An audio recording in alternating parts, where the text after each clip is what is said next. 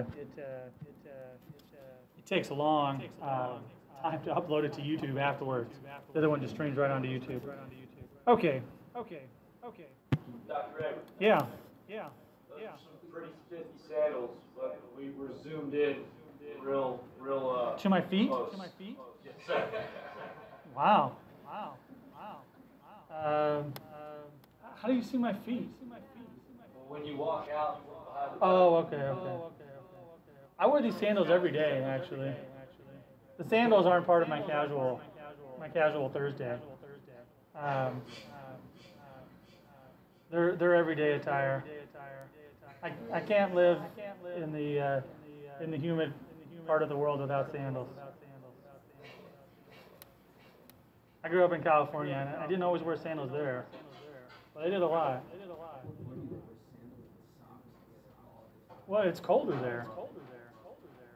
Yeah, I mean, you don't think it's. Well, okay, in this middle of summer, it's colder there. Well, it's pretty hot out there. Yeah. Okay, so which camera are you seeing? Now we can see the students. Okay.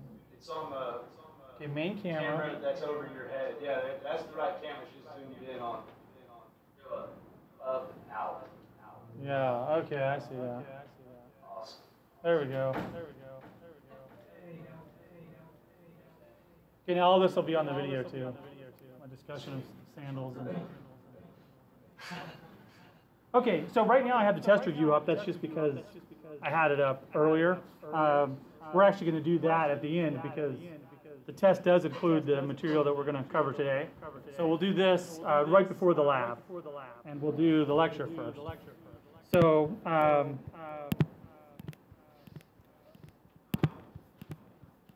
Sorry, I'm a little disorganized. There we go. Oh, that's the other class.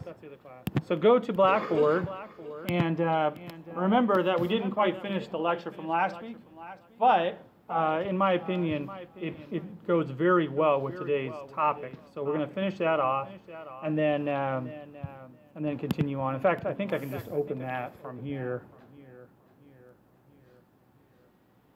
Was this it? Or is that today? No, that's today's. Wow. Open 4.5. That's the one we want. Yep. Okay, and we ended somewhere down in here. Yeah, right here. So I'm on slide 30 out of 41. We got 10 more slides to do. And I said we were going to skip these terms. So we skipped over slide 29, but we're not skipping over these terms. You should know what a mean, median, and a mode are. It's very possible that you learn that before this course, though. So we're going to talk a little bit about the characteristics of distributions. And so here we have data that basically classifies these cars into different makes, models, colors, and sizes. The number that you see next to each one on the field is the count, okay, the frequency.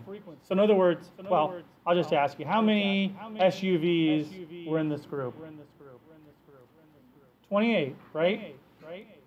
Now, we don't know from this chart how many red SUVs there were, but we just know how many reds there were, how many SUVs. So this is coming up with a class that is based, or sorry, coming up with a class that's based on some attribute. And we could classify spatial data in the same way. But this is different than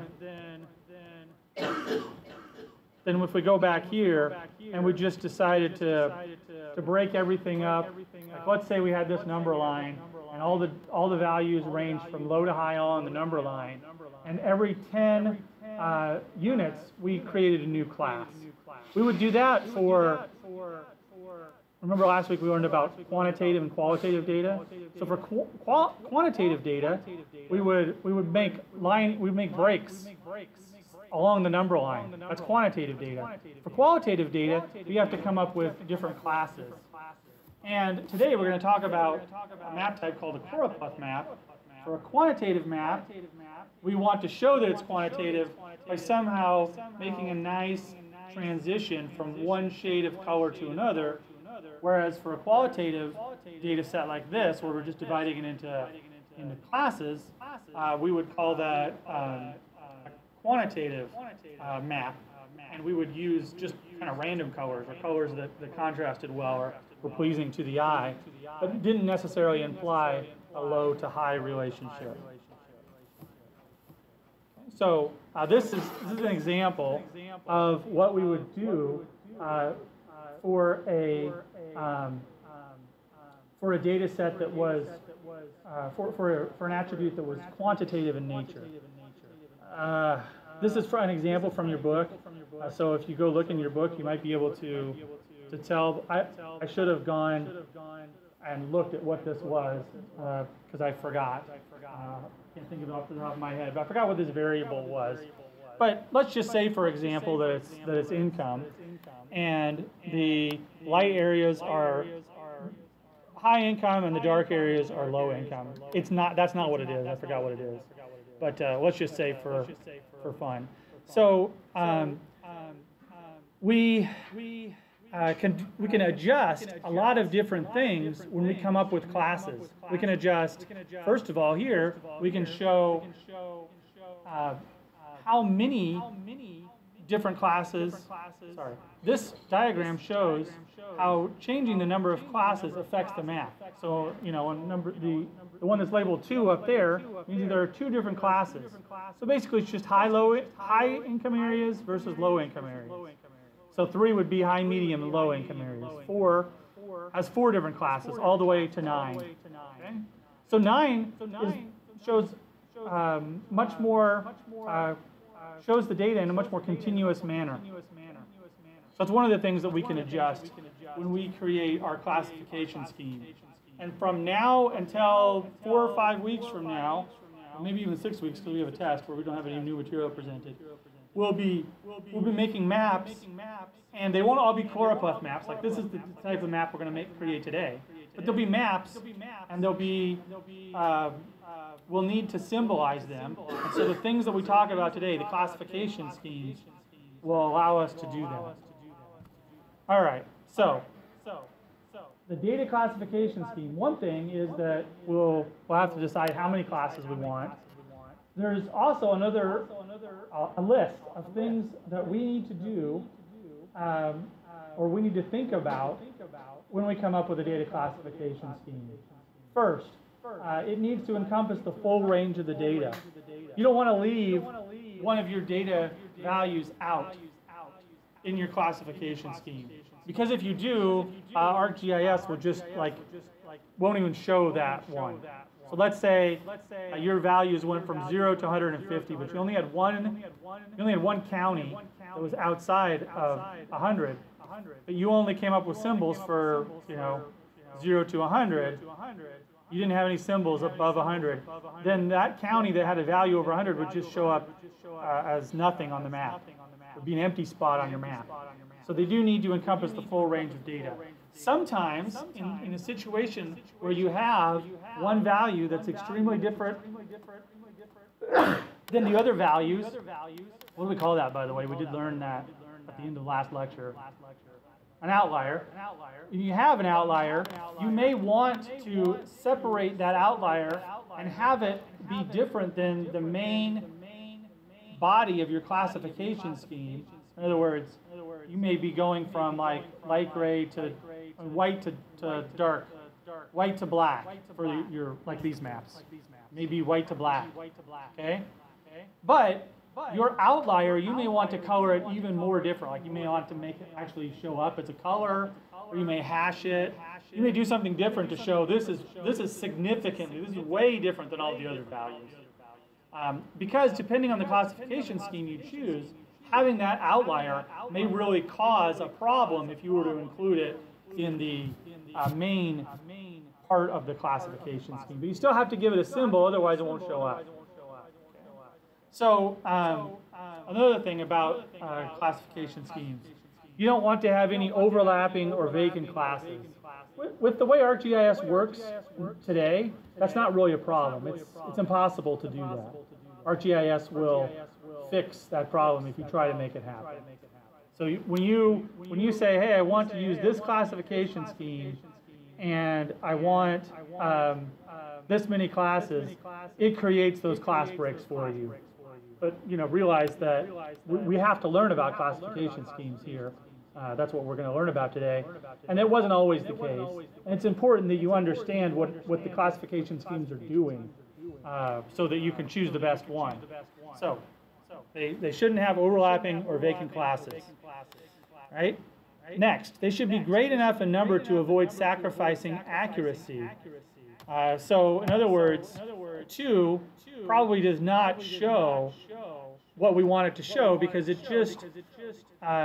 just shows 2 different classes. And in reality, income, if there was income, for example, is much different than that. In that there's actually a big body of people in the center, and there's some rich and there are some poor. But at least for the United States. All right, I should turn down my phone, but that was Chris. They got it. Got out of the tree. And he says it's in good shape, so that's good news. All right.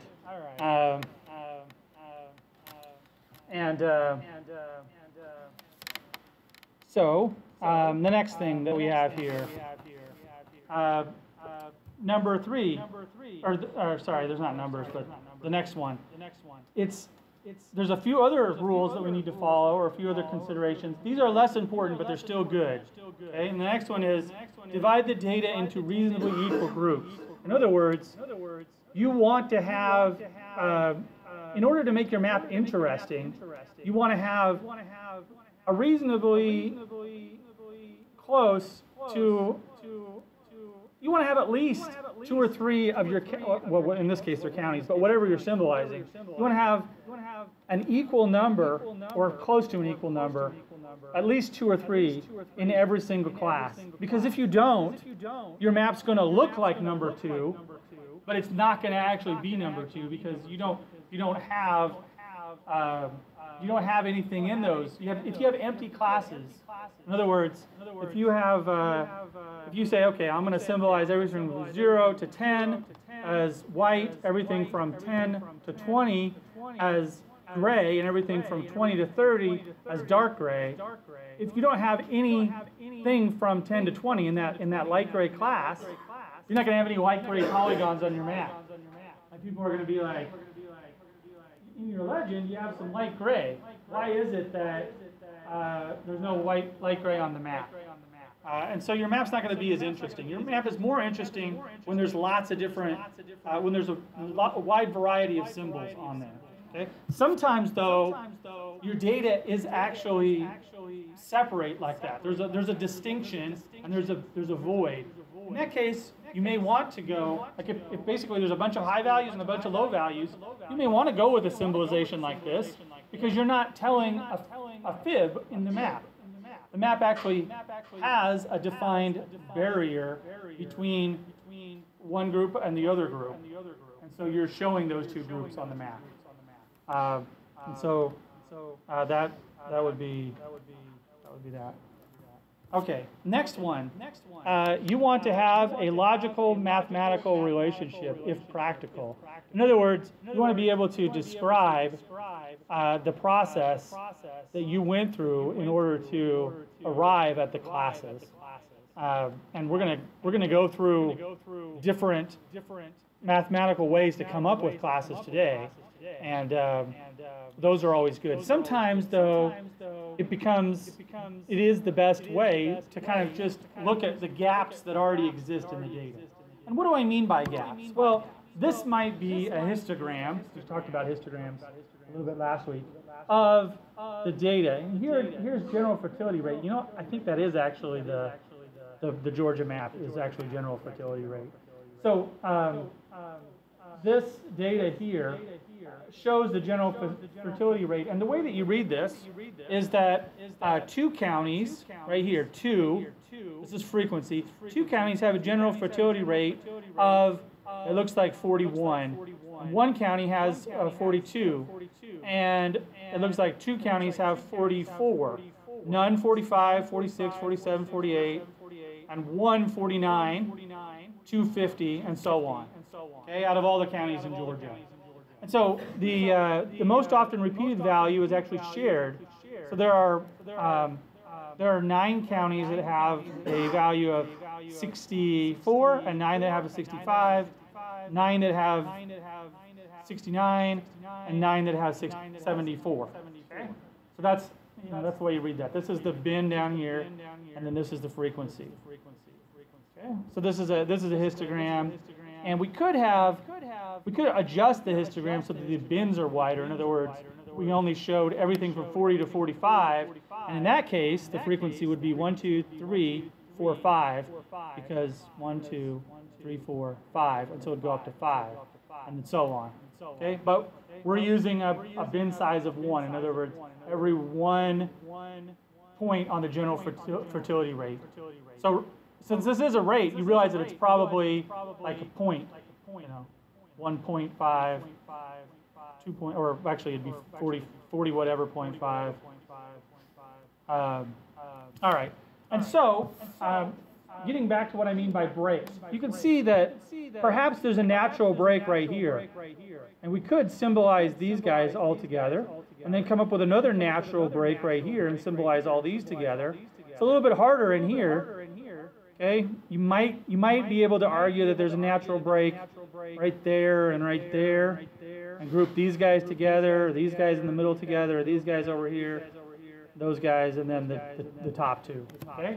The problem is, if you did that, there'd be a lot, whatever you chose as the symbol for these guys in the middle, these counties in the middle, there would be a lot of counties that were colored that color. Okay? I still had the hat on. All right, so now we're going to go through different classification systems. The one that I just kind of tried to describe is the one that's called natural breaks. Okay?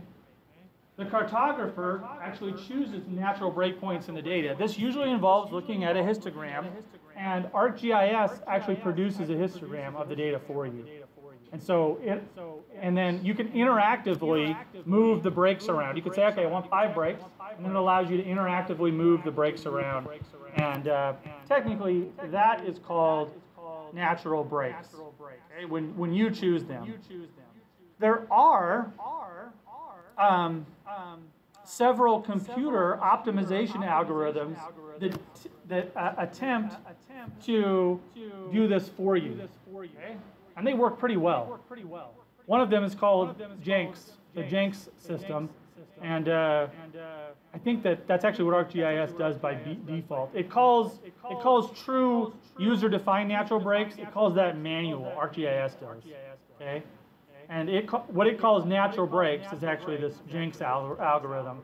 And the Jenks algorithm just goes through and it looks for local minimums in your data and creates breaks there.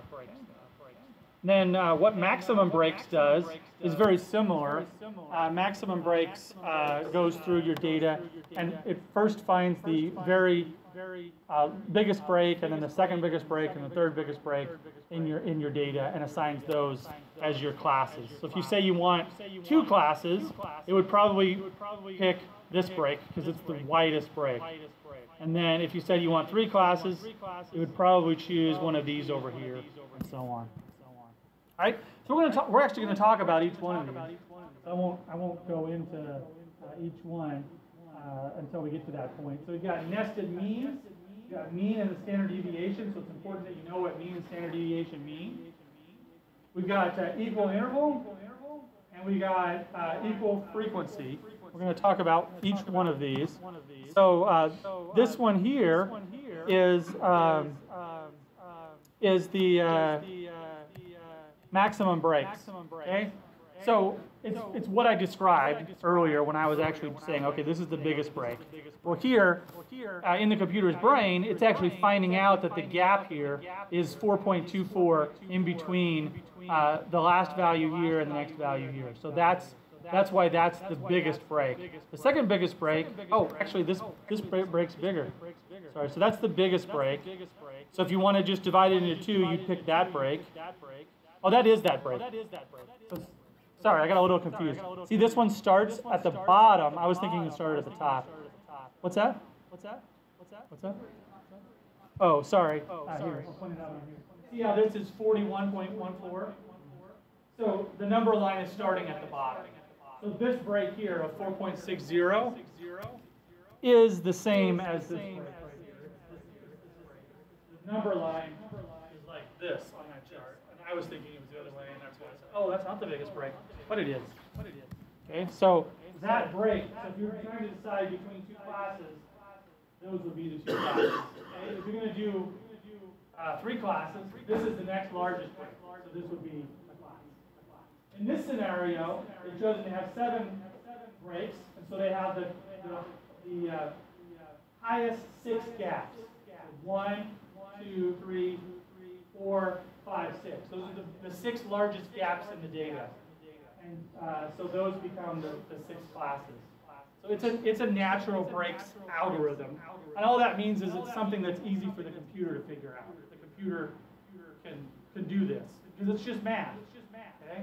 So you don't have to do the math. You won't have to do the math on the test. All you have to do is understand how it works.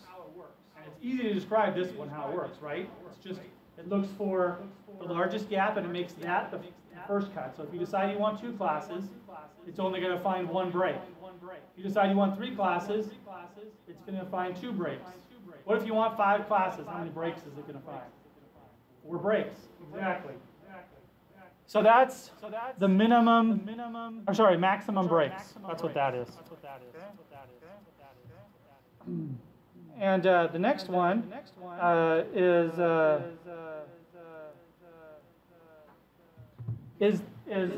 what we call the nested means. Okay, so the nested means one does not consider the data. That's one of the drawbacks. So each one of these has some drawbacks and some strengths.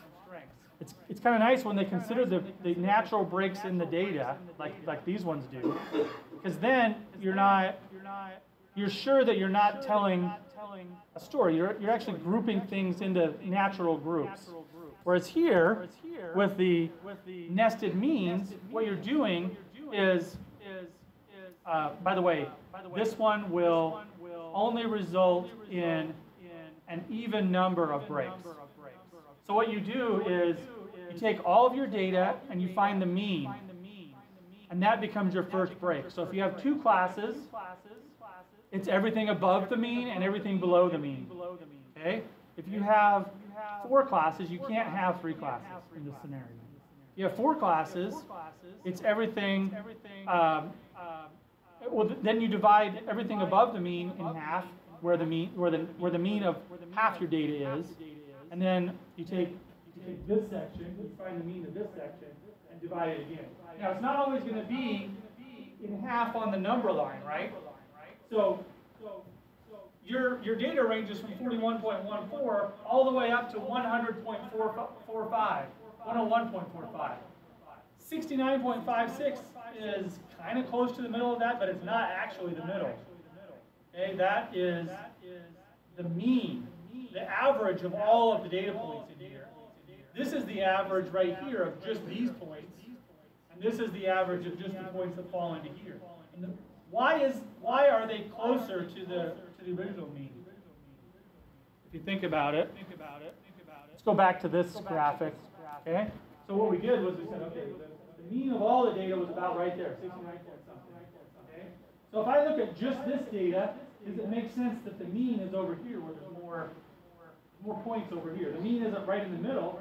The average value is actually over closer to where the data is. Okay?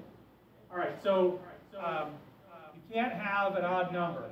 So you can have 1 and then 2 breaks. So that, 3 breaks total. That'd be 1, 2, 3 breaks. And if you did that again, you would have 6 breaks, or no, 8, because you're halving it all the time. Okay. This is just another way to show it. Actually, no, this is a little different. Okay. Yeah, it causes that to be even in the nested means one. Also, the nested means one is not one that ArcGIS lets you choose. So if you actually wanted to do this, you'd have to calculate out the values yourself and put them in. Okay? But it is a classification scheme, but it's not a very, it must not be a demanded one, otherwise ArcGIS would put it in. Okay, so this is the next one. This is called the mean and standard deviation. Okay? What this one does is it actually starts off the same way. The very first break is the mean. So it breaks it right at the mean, and then any subsequent breaks are specified as distances away from the mean in standard deviations. So we've got 1 standard deviation out, 2 standard deviations out, 3 standard deviations out. And what is the standard deviation? What's a plain English way to say what the standard deviation is?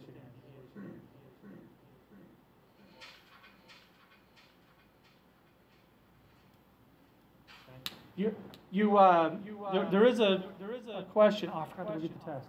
I was going to have it. There is a question on the test where you have to calculate very simple standard deviation, I think. Maybe it's just me. But anyway, we'll go through that when we do the test review if it's on there. But all it is the average squared distance from the mean. And you take the square root. So you find what the mean is first, subtract each value off from the mean, and then you subtract the square difference. We'll practice that. But anyway, the standard deviations away from the mean, 1, 2, 3. So you could show all the counties that fell into this area, all the counties that fell into this area, all the counties that fell in to that area. And this shows how you can symbolize it using different symbolization strategies. You might decide, okay, well, things that are very high are going to get dark values, and things that are very low are going to get light values. Okay, just like the way you would normally do it. However, sometimes you're more interested in saying, how weird is that? Okay, how weird is this? Not necessarily how high is it. Okay, weird is maybe a bad word to use. How atypical is it? Okay? And if you chose to symbolize it like this, anything that's close to the mean appears dark. Things that are away from the mean appear light. Or you could flip that around. Light being close to the mean, dark being away. But your users would be drawn to those areas that are either typical or atypical. Okay? Not necessarily to highs and lows. One alternative to either of these, that's not shown because it's not color, is to do something like this, but then use a different hue on this side and on this side. And it's more traditional to use either a green or a blue in the positive direction and a red in the negative direction. So these would be a similar value. In other words, they both be light. But this one would be light blue, and this one would be light red. This one would be dark blue, and this one would be dark red. And then you still get the positive negative vibe, but you also get the high-low vibe out of that. And this is basically just and I said you could do either one. Not sure why they have the very highest values as clear. My guess is that they're implying that there aren't any values out there. But I don't know for sure. I would definitely keep the same color scheme going out in as far as the data range went. You might symbolize those as outliers differently, though. Maybe that's what they're trying to imply. All right. So this is just expressing things in different techniques. Here we're using. You've taken the original data using natural breaks, okay, natural breaks will result in a big lots in the middle because it really was hard to find a break there. Here's nested means, just using 2 classes, so dividing it right at the mean. Here's nested mean with 4 classes, meaning dividing in half first, half meaning at the mean, and then dividing each of those at the mean. Here's the mean and standard deviation, 6 classes. So in other words, this is 1 standard deviation below the mean. Or sorry, this keeps going positive up, which is good. Okay, 1 standard deviation above the mean, 2 standard deviations above the mean, 3 standard deviations above the mean, and then the other direction. And oftentimes you'll see more values that are closer to the mean. That makes sense in most distributions. Okay, we have not yet talked about equal interval, equal frequency. We did talk about Jenks. Jenks is just a computer-based algorithm that attempts to work like natural breaks. Okay, so okay, I thought I had some slides on equal interval and equal frequency, but these are really straightforward. Okay, equal interval just means that we take the minimum of the data and the maximum of the data, and we put dividers every x, whatever it is. So if our data ranges from 0 to 100, and we put dividers every 10, we'll go from 0 to 10, 10 to 20, 20 to 30, 30 to 40, 40 to 50, okay? It doesn't even look at the data at all, except for to find out what the minimum and maximum values are. So that's one of its biggest weaknesses, is that it doesn't look at the data. One of its biggest strengths is that it's really the biggest weakness is the biggest strength. I mean, maybe that's like a cliche or whatever, but it's not biased. There's no bias at all. Okay, it's just creating 10, 20, 30, 40, 50. It's creating those breaks. And if you're in a class, you're in a class. And if you're not, you're not. There's not a natural breaks. And so what happens is if you have a small number of classes using equal interval, lots of times you're going to make a big mistake. Not a big mistake, but you're gonna put a class where it doesn't really make any sense. Like let's say we did equal interval here. We're just dividing it right down the middle, literally the middle. Whatever 40 minus 101 divided by 2 would be the middle. Okay, and then we're making another break right here. Why are these guys are much more similar to these guys over here? But if we divided it right here and all these guys got put together using equal interval, 1, 2, 3 classes, we'd be grouping these things that aren't as similar with things that are similar. However, if let's say you have 20 classes or 15 classes, then equal interval makes a little bit more sense because you're not going to make as many of those mistakes, and you're still going to preserve the number line values. So in other words, if something is twice as dark as something else, it's much more likely that it's got twice as much of it as something else. However, if you did natural breaks and you just broke right here and right here, all these guys are the same, and really you can't tell that this one is twice as dark. Or sorry, this one would be twice, actually 3 times what that value was, even though they'd be just 1 shade of color up. So equal intervals is good for certain situations, particularly when your data is fairly continuous and you use a lot of classes. That's when the equal interval works well. Equal frequency is basically the opposite. What equal frequency does, it also doesn't care where the breaks are, so it can create bad breaks. But what it does is it puts an equal number of objects, an equal number of things in every single class. So it will put in this case, it put about 32, because sometimes it's not evenly divisible. But it put 32 or 31 in every single class. What would be the advantage of doing that? Having an almost equal number. Yeah, it's ranked properly, that's good. What about cartographically, like visually? You wouldn't have any empty classes. But not only that, your data, the symbols on your map have the maximum variability that they can possibly have. In other words, there's an equal amount of every single symbol. And so if you look at a map like this, here's the equal frequency map. It would be hard to argue that the equal frequency map wasn't the most compelling, in other words, to look at, because this one has the most variability, the most pattern to it. Okay? The natural brakes one doesn't have as much pattern because there's so many shoved into that second class that's so large. Okay? Equal interval is kind of interesting, but you're going to have a lot shoved into those middle intervals because they're the same size as the small intervals. So then here's the GHY optimal. The GHY optimal is probably the natural brakes that the computer figures out for you.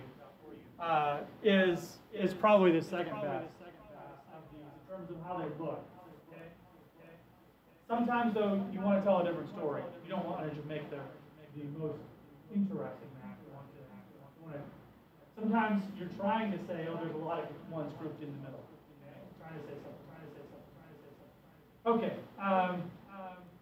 So another word for equal frequency is histogram equalize. In other words, you're equalizing. You're making the counts equal, even though you're changing the brakes.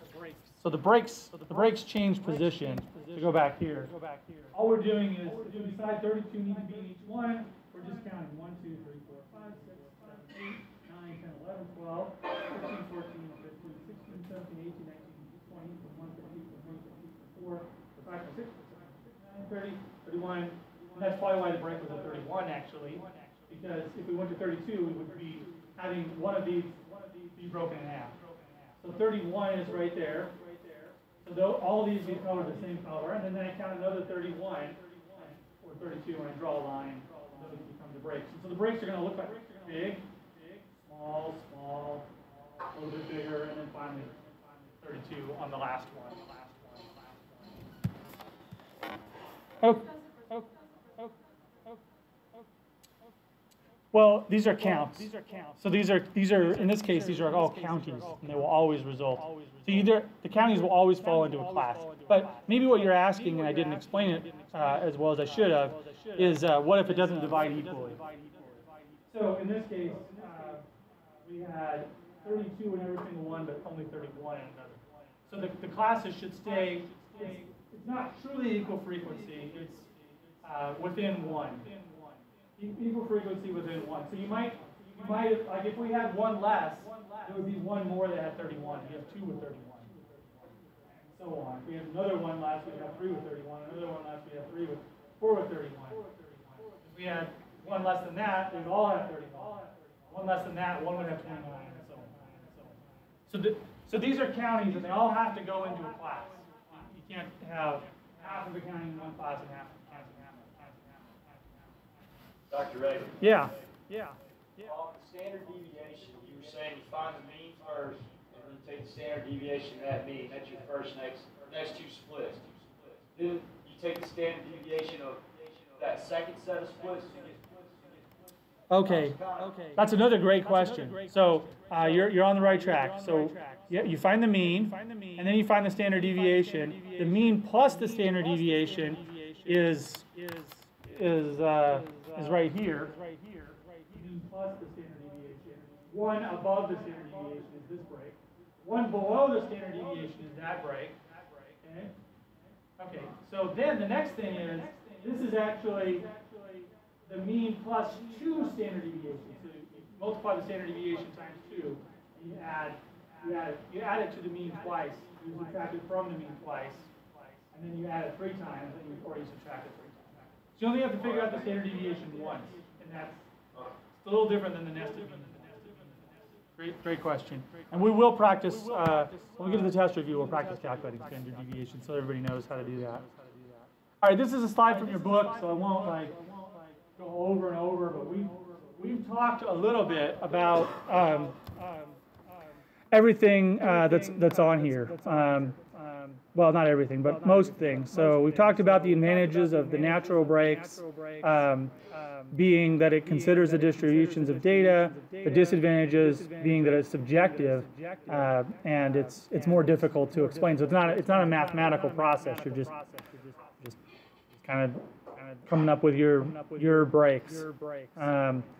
So the maximum breaks have some disadvantages there. It does consider the distribution of the data. It's pretty easy computed using a spreadsheet, but actually it's not implemented in most GIS systems. So that's another disadvantage that's not listed there. The Jenks Optimal is one that's used a lot. In fact, I think it's usually the default that ArcGIS chooses if you choose to use a choropleth map. And it attempts to do the natural breaks, but it does it for you. It does produce an interesting map while balancing groupings together. It is like, if you wanted to tell somebody how did it do it, you would, even if you learned exactly what the computer program was doing, you'd probably make somebody fall asleep before they figured out what it was doing. So the easiest scenario is to just say, well, it's trying to find natural breaks in the data. It's a computer algorithm that tries to find natural breaks in the data. Nested means is also not usually built in to ArcGIS software, but it is pretty easy to compute by hand.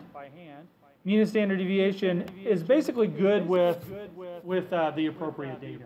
So if you have a distribution where it's a bell-shaped distribution, like the distribution that we just showed for Georgia, fertility rate, it's a good one to use because it basically tells people how different the county is, and when you see the color, you need to read it as how unusual is this county, rather than where does it fit in the number line? You're not looking at that. If you're trying to make a map where you're trying to convey atypicality, it's the best one to use, particularly if the data looks like a bell-shaped curve. It doesn't work as well for data that's distributed or skewed because it doesn't make as much sense. And in those cases, you don't have as many data that fall into those unusual categories. All right, equal interval. We went through and talked about those advantages and disadvantages. Equal frequency. All right, we didn't really talk about arithmetic and geometric intervals. But basically, that's just really similar to equal interval. But for whatever reason, if the distribution of your data is like on an exponential, in other words, there's a few data points down here, and then there's more and more, and there's a ton of data points up here, then you might choose a geometric interval. In other words, it's increasing at some exponential rate. So it might just be powers of 10. So your first class may be 0 to 10, and your second class would be all the way to 100, from 10 to 100, and then from 100 to 1,000, and then from 1,000 to 10,000, and from 10,000 to 100,000, and so on. Okay, but you'd only do that if your data also was following a similar pattern. So that'd be a very special use, but it could exist.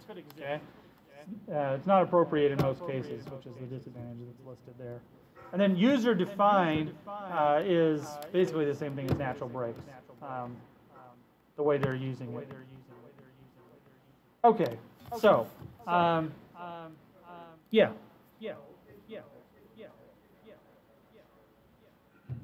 I don't know. You have the textbook with you? Okay. I'll look at it. While I'm working here. So we're just going to the next the choropleth map actually doesn't have a whole lot of slides. So we're in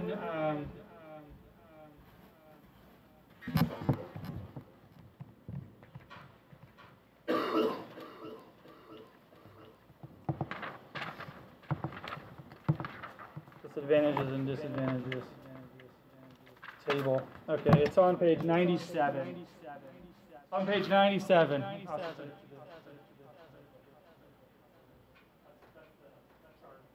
That's good because there are several questions on the test that relate to that.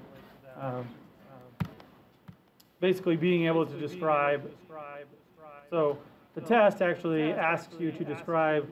I'm pretty sure. I'll get the test to make sure, but I think that it asks you to describe 2 or 3 classification schemes and then list an advantage or disadvantage. I'm pretty sure that's one of the questions on the test. But I'll get that during the break. I printed it out.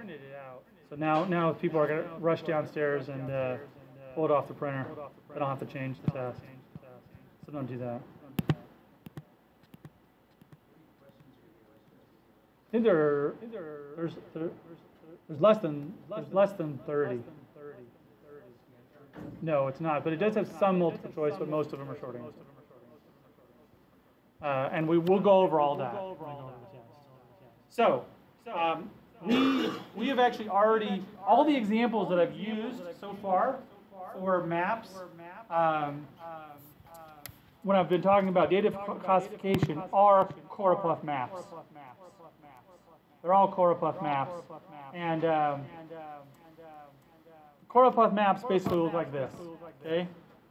And today we're going to learn about choropleth maps. We're going to learn about what data you should utilize to make them, and good classification schemes to utilize for them. So basically, choropleth map is a filling. You're filling a polygon symbol, and it comes from Greek, the Greek roots, meaning place and to fill, and sometimes it's also called area shading.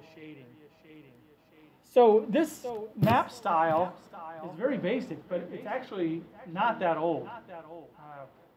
So with the advent of census data, this became a very popular technique for showing census data and making maps of census data.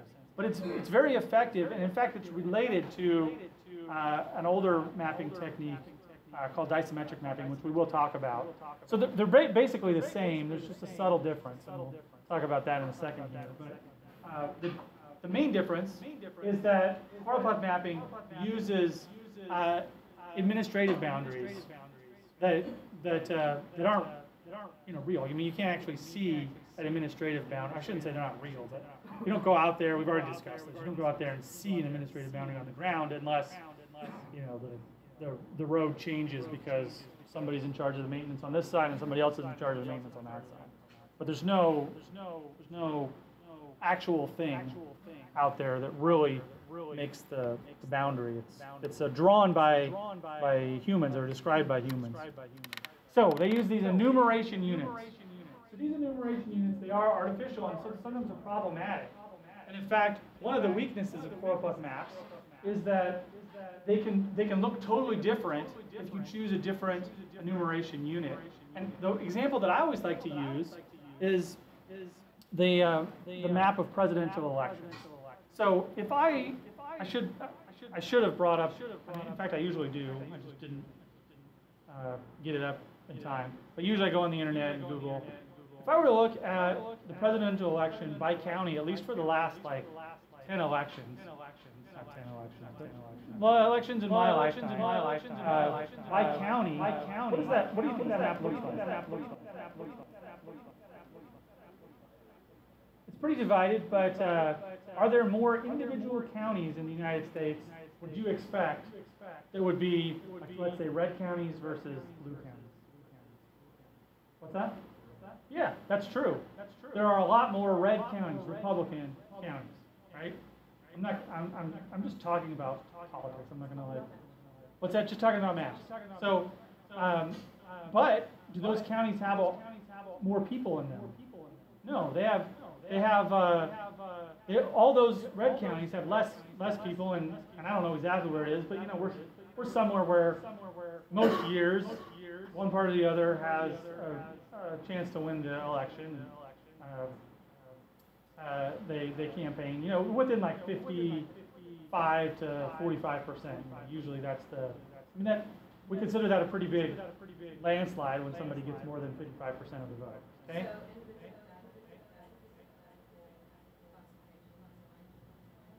Well, I guess what I'm trying to say is, if you were to just look at a map where we colored red counties that would vote Republican in presidential election red, blue counties, and you showed that to somebody, they would think the United States must be, for the most part, Republican.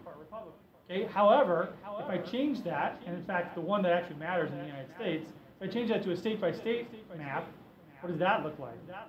At least for the last few elections, that's more blue, right?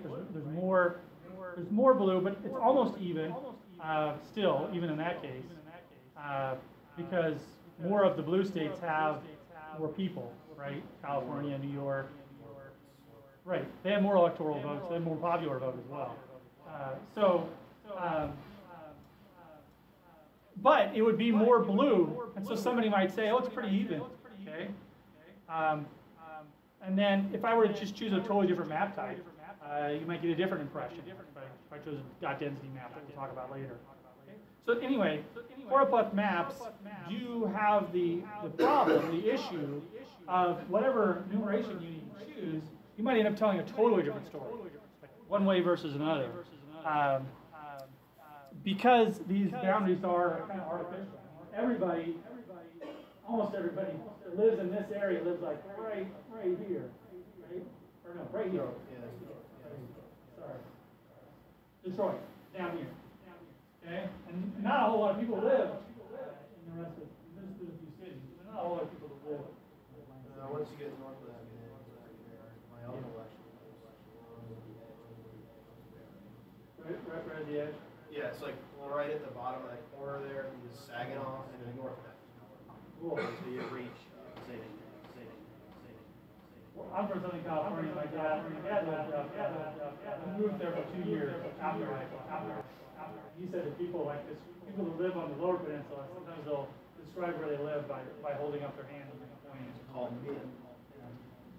Literally, there's nothing there. I actually got to go to Mackinac Island, and that drive from my uncle's house to there was 5 hours. Yeah. There was nothing. So you notice that one of the things that this map does is it actually is not showing raw data, it's showing derived data. It's a percentage. Okay? And that's one of the things that we can do to mitigate the fact that that the data sets aren't showing the underlying values, is to show the values as percentages. Okay? The user still has to understand where there are lots of people and not lots of people, but the percentages help to mitigate that sum. Okay? So that's one important thing about choropleth maps. Is typically you want to show some derived data of some sort. You don't want to show the raw counts, the totals. Because if you do, you're basically making a map of population, right? So if you were making a map that show, like let's say you were using elderly, instead of Michigan elderly percentage, you were showing Michigan elderly population. Okay? What do you think this map would look like? Where would all the elderly people live? Right here in Detroit. And Detroit would overshadow any of the map. And so these ones would be dark, and these ones would all be light, because so many more elderly people live right here in Detroit than live anywhere else. But would that be a very, basically you just made a map of population. You didn't make a map of where elderly people live, because everybody lives here. So that's why you need to normalize it. So you either normalize it by area, like let's say you wanted to actually show a map of population. Then you would say Michigan population density, and so you would divide it by area. And so these would still be the darkest ones, but it would be population per area rather than just straight up population. Okay? So you always want to show a derived data set when you do choropleth map. This isn't one I particularly like, but this is just showing you one reason why I show this, or the reason why I show this, is because I want want to present the idea to you that this is basically a bar chart that's on a map. Okay? So we're taking all of the heights and we're just turning them into different colors, and we're looking down on the bar chart. And so the darker bars in this case are the bars that are higher, and the lighter bars are the bars that are lower. So we could have the name of all the counties down here, and we could have, whatever this is trying to do, elderly population, elderly percentage, and then have all the bars and present it as a bar chart. Whereas this is just a map of those bars. We place them where they go in space. All right. We have a little bit of a slide. This is from your book, but this is just driving home the point in case you didn't get it yet, that basically what we're doing is taking the attribute data, and sometimes we have to actually change it into derived data, because sometimes we just get the total elderly population, and the total population. You have to divide one by the other to get percent elderly, right? So you just take the number of elderly people divided by the total number of people, and you get the percent elderly. You could define elderly differently. All right. Then you have to come up with a classification scheme, and finally you get a chloropleth map. So you've got your enumeration zones.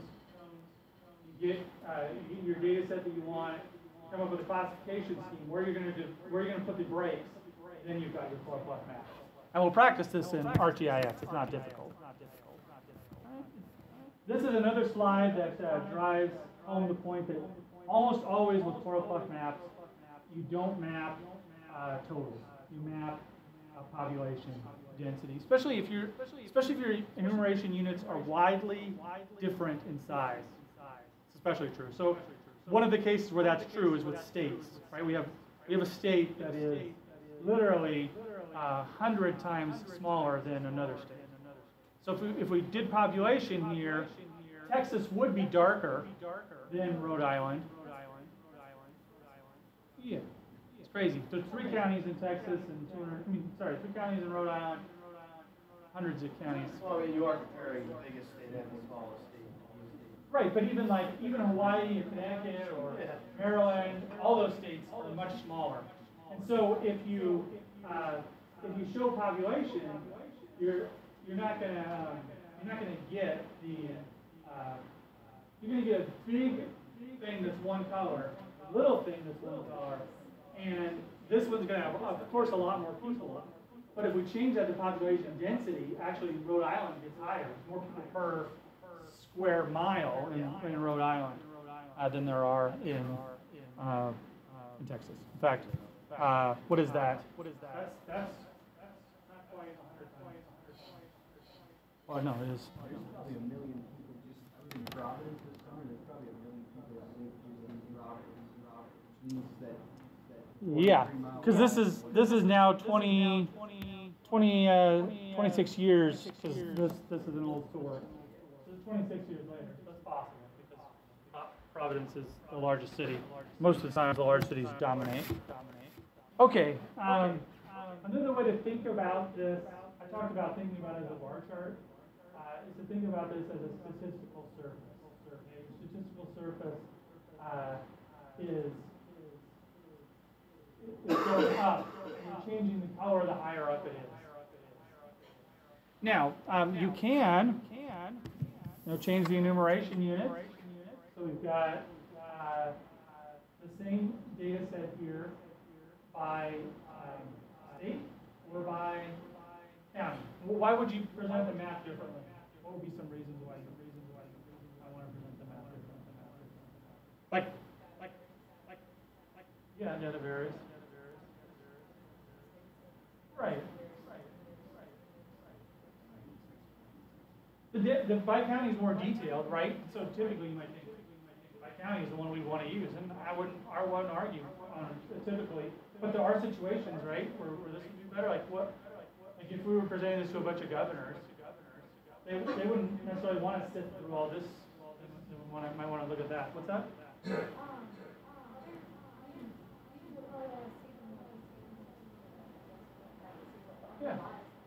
there's situations where you want to present both maps on the same page. Exactly. It might be interesting to show both maps. Well, maybe for example, like if you're doing like a big government meeting, like let's say national, they might want to see the smaller one so it goes by faster, more generalized information. Everything. Maybe by state, you want to have your state map to be more Oh, yeah. detailed. For sure. Because Yeah. you have senators going over the counties. I can see that. Yep. Yeah, with this one, it's kind of hard to tell where your state falls, especially some of these states. Like here, you can't really tell that. You kind of maybe tell that Missouri is going to be a little higher than Illinois, but it's hard to tell that right off. And really, with like Kentucky, Indiana, it's hard to tell which one's higher right off. But here, you can see that one's higher than the other.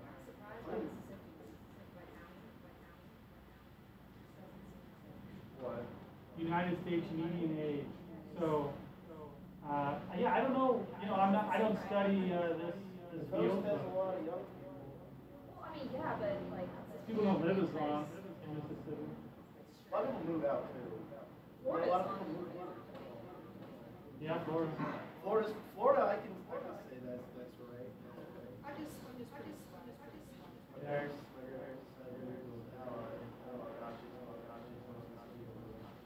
yep. All right, another thing that you could do to change it up a little bit is actually not use classes. So we've talked a lot about classes, but we can have an unclassed choropleth map. Unclassed choropleth map actually means that instead of dividing it up into classes, what you do is you take the entire range and you just shade it exactly based on a linear scale, meaning lightest to darkest on a linear scale, so that this map becomes a true statistical surface. In other words, if this is a value of 80% gray, then that means that this is 80% of the total range. If this is the very highest value, that's 100% of the total range, and it would be 100% gray or black. Okay? This would be like, let's say that's about 40% of the value. So every single enumeration unit has a total unique value unless there's another enumeration unit that has the exact same value. This is called unclassed. Okay? The disadvantage here is that the user is now responsible for if they want to make a cluster and say, okay, well, these are similar to these guys. They can't do that. Well, in this map, you can say, okay, well, all these counties are similar.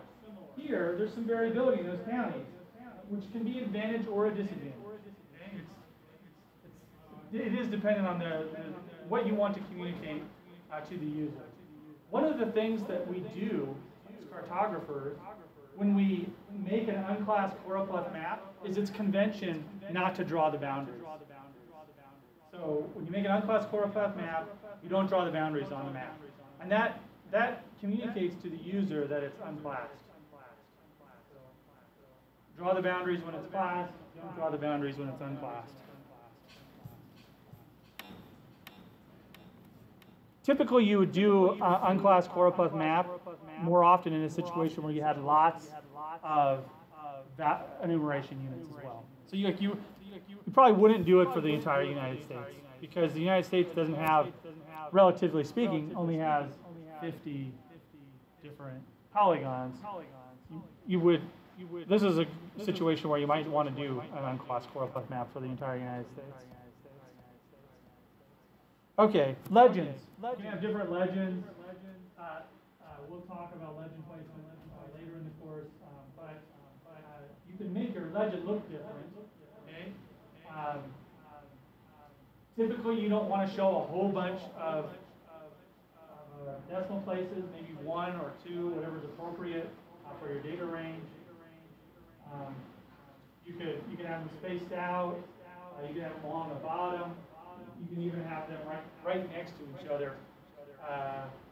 The advantage of doing it this way is it looks more like it's going to look on a map. The disadvantage is sometimes users have a harder time distinguishing between various data values.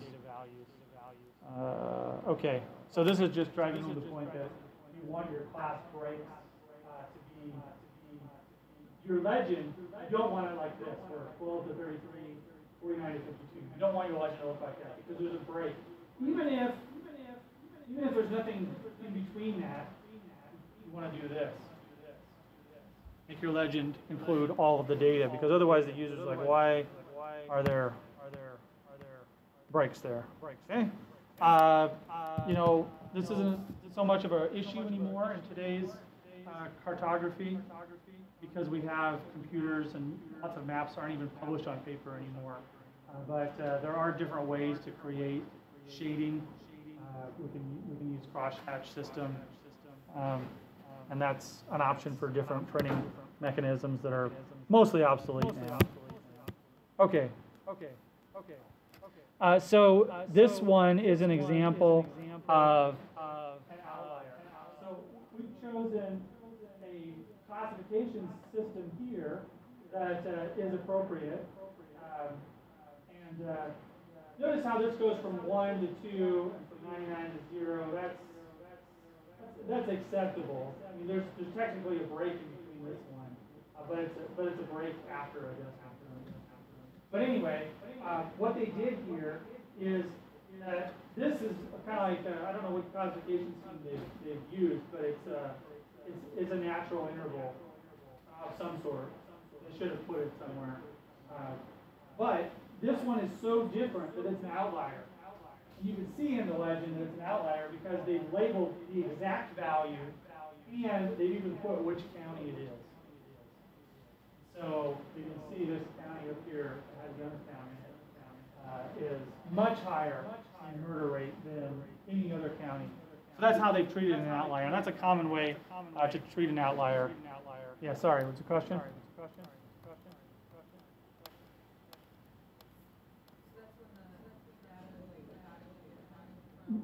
Right, when there's one, sometimes 2 points, yeah, to label those points individually. Like sometimes there's one high and one low, or sometimes there's just one high or one low. To label those differently and have them have a totally different color that stands out from the rest of the colors. I mean, if you're actually using color, which we're not here, you could even color that slightly different to give that an extra point. Okay, I told you that we would talk about the difference between choropleth mapping and disymmetric mapping. The main difference is that choropleth mapping uses predetermined enumeration boundaries. Disymmetric mapping actually, the cartographer is responsible for finding the boundaries and describing what those boundaries are. And so typically, what you would do is you might have a bunch of points, like these might represent weather stations. And so you would group and say, okay, these weather stations all have a similar value, these weather stations all have a similar value, these do and those do. Okay? So you're drawing the enumeration units yourself. You're making the groups in disymmetric mapping. And it's an older mapping technique. Here is an example of also all the examples so far that we've talked about. All the examples so far we talked about have been quantitative in nature. You can have a qualitative choropleth map. In other words, you're coloring the map based on some value. And this actually isn't a choropleth map. This is a disymmetric map. So they went in there. They create the boundaries. So what they probably did was find areas that were humid or had different types of vegetation and drew a polygon around those areas that were similar. They grouped those areas as similar, and then they colored them in. Okay? But I don't know what these administrative units are behind the data. They're not states. I'll show you states. There are a few of them that are larger. But I don't know. Maybe these are. I don't know. But maybe these are the equivalent of the territory. Kind of like states. Well, these are smaller though. They might be the sub-level, the equivalent of our counties. I'm not sure. But if instead of making this pattern that they've forced on here, if they were to just say, okay, well, this county is mostly hot, and they colored the whole county hot, This county is mostly hot, it's hot. This county is mostly dry hot, that's persistent employment. Sorry, that's grassland. Grassland versus desert. If I did that, then that would be a choropleth. Choropleth. Choropleth maps use enumeration units that are defined by governments or multinational bodies. Okay? Disometric maps try to match the data and follow the data. That's the main difference. The cartographer chooses the disometric map boundary. So here's another example of a disometric map boundary. A disometric map. So this is a fall foliage map. So just showing area where the peak, what time the peak fall foliage happens. But if I made a map where I had all the counties in the United States, I could color the counties this color, county deco. That would be a choropleth map, and it would be a qualitative choropleth map rather than quantitative. A choropleth map.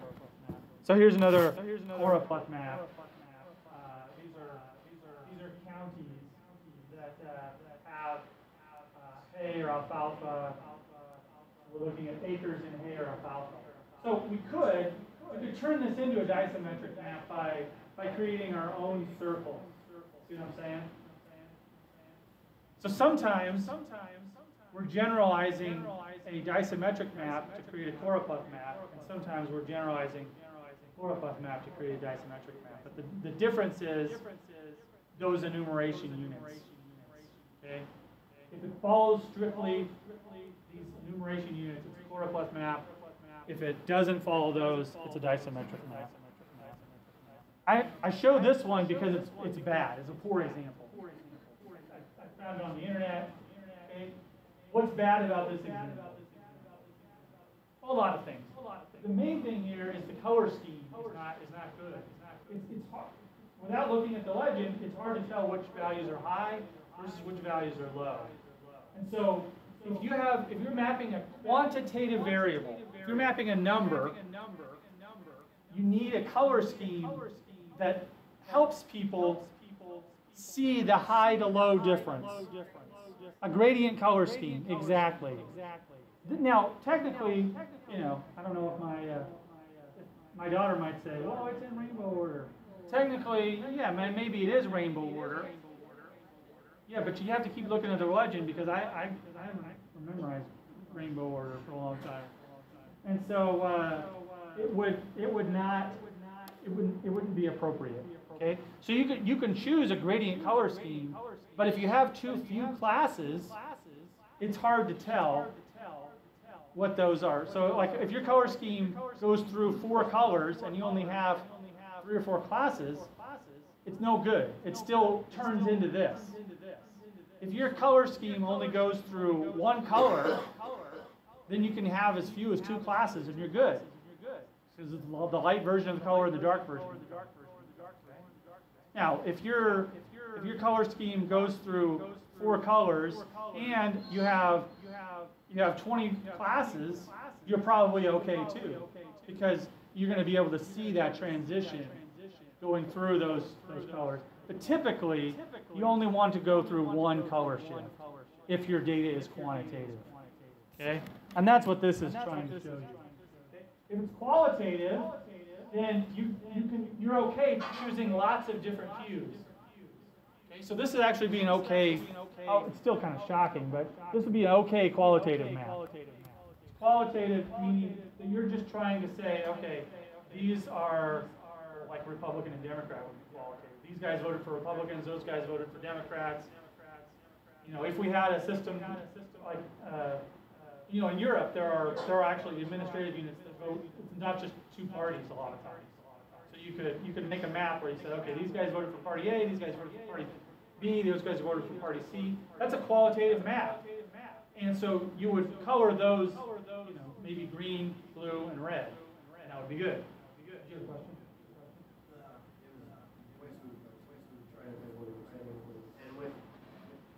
Because of the fact that you have so few groups, you're saying that it's better instead of using like ornaments, too many colors. Right. You would rather use different shades of certain colors and slowly either ascend or descend in shade. Correct, like this map. Right. Yeah, so if this had like, you know, six different colors, it would be harder to read.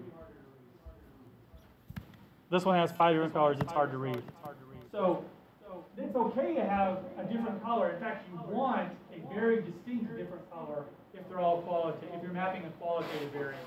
You're mapping something like that. Like let's say we're trying to map, let's say we have a city, like New York, and we're mapping the dominant, you know, ethnic or racial group in every neighborhood. That's something that's qualitative in nature, it's not quantitative. If we change, we could change it so where it's qualitative. Like if we just mapped the percent African American in every neighborhood, then that would be a quantitative. And we want to follow the quantitative rules. But if we're just saying, okay, these neighborhoods are dominated by Latinos, like, you know, there's lots of Puerto Ricans that have migrated to the United States. And so we color the Puerto Rican neighborhood one color, and we could color you know, the African American dominated North Side, Harlem area, another color. And, you know, whatever ethnic group, if we were making that map, that's a quantitative map. We could make that's a qualitative map. We could make a quantitative map showing similar variables, and in those cases, we want to move down. There's lots of different things. We can make quantitative or qualitative. Qualitative means that there's a label attached to it. Quantitative means that it's numbers. Okay? So, if you're making so the rest of these are all quantitative. If you're making a quantitative map where there's just binary, in other words, there's just 2 colors on your map, you're okay having a hue or a lightness step, or maybe even either one, because you're just showing 2 values. It's either this value or this value. People are going to have to look at the legend to see which one. Okay, now, if it's sequential, you can do it with, and you don't have the ability to use color on your map, which does happen. You want lightness steps of neutral grays. If it's sequential with 1 hue, you want lightness steps of a single hue. And you can have a hue transition where you go with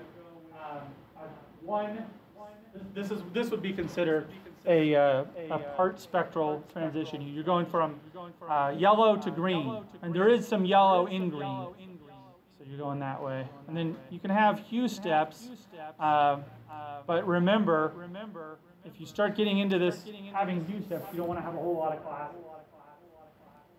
All right, here we'll show a few examples.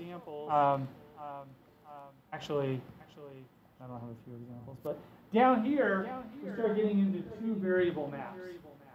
So it is possible to have, like, I really thought that I'd added these to the slideshow, but let's say that we had a map that was showing the unemployment and the dominant sector, whether or not the employment was in commerce, in tourism, or in industry, okay? So commerce, tourism, and industry could be colored, you know, three different totally distinct colors. And then the unemployment rate could be shown in light to dark. So, you know, dark blue might represent high unemployment in a commerce-dominated area. Light blue would be low unemployment in a commerce-dominated area. Dark red might be high unemployment in a industrial area. Okay, that's what we mean by qualitative, where we have different hues for different variables with a lightness step. So a multi. It has 2 variables. We're not going to make any of these yet. Okay, later we'll get to the point where we're doing that. We didn't really talk about diverging, but diverging would be like a standard deviation map. It would diverge from the middle. You want it to have this type of color. Spectral is not appropriate. This is a full spectral going all the way through the spectrum from red to green. Not appropriate for a quantitative choropleth map. All right, here's a few general rules. Most people like pure hues and shades. In other words, if you're choosing, typically a red is better than a purple. Purple black is better than gray. And these are general rules, though, because sometimes you need to transition from white to black, and you're going to go through gray. Sometimes, for whatever reason, maybe you're trying to be playful, or you're trying to communicate something that purple is the best color to do, then you choose purple. This is the general rule. Colors on the opposite or next to each other on the color wheel harmonize best. We actually have a whole section where we'll talk about color, but that's another general rule. All right. Right. Okay. So we're right on track. I'm going to go downstairs and get that test. We'll take a 10-minute break, and then we'll go over the test, and then I'll do the lab. We're going to make a choropleth map today, and the choropleth map that we're going to make is, I think, of cell phone users in Europe.